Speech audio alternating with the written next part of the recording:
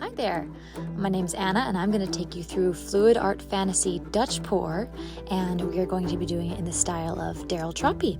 So today we're going to be taking our black fluid paint, the big bottle that you've got, and you're just going to squeeze it all over the entire canvas, making sure to cover all the corners. Just get it real gloppy, doesn't matter what it looks like as long as you have a lot of paint on that. And you'll take your little utensil there and you're just going to use the flat edge to spread all the paint evenly across the canvas.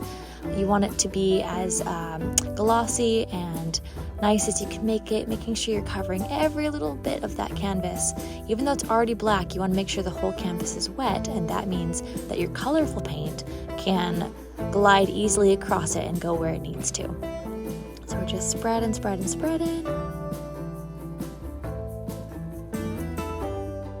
Awesome, making sure there's no bubbles or holes. Okay, once you're done with that, it's time to choose which order you want to put your paints in.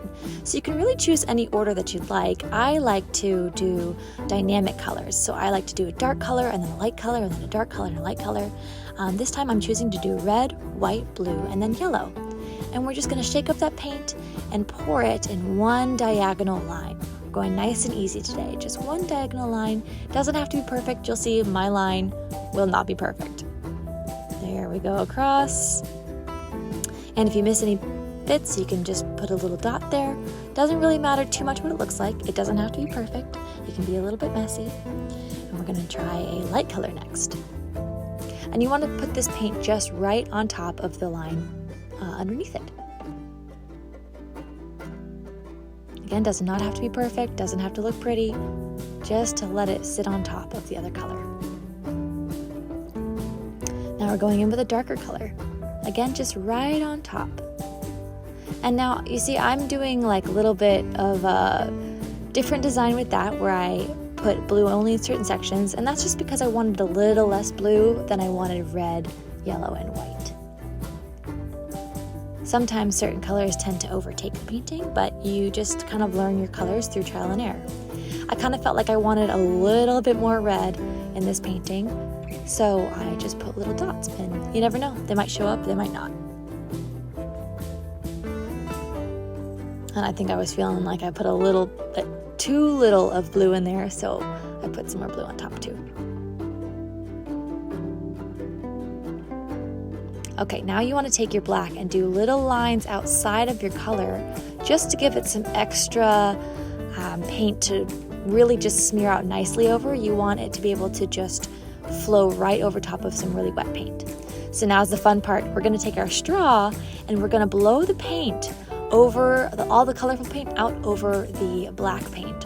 So you can get really creative with the directions you want to blow it in.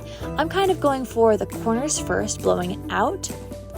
And I'm just going to try and do a really fun little design where I go back and forth, right to left, of blowing the colors out over the black.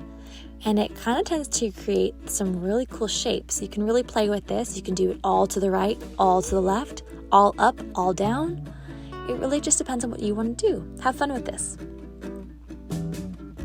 I haven't actually had my paint colors come out like this before, so I'm having fun and doing something new too. As you can see, the blue is pretty strong, but luckily the other colors are coming through as well. And it might just be because I put the blue in the order that I did. And next time, if I do blue first and then red second, it might look totally different. I hope you all are enjoying my hair as well.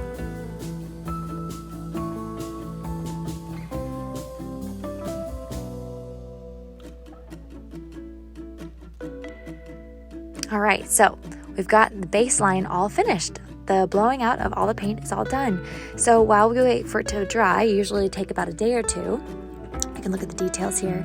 You're gonna have some really cool bubbles, hopefully. The paint likes to settle over itself and it has a mind of its own. So that's the part where you just gotta let it go and see what happens.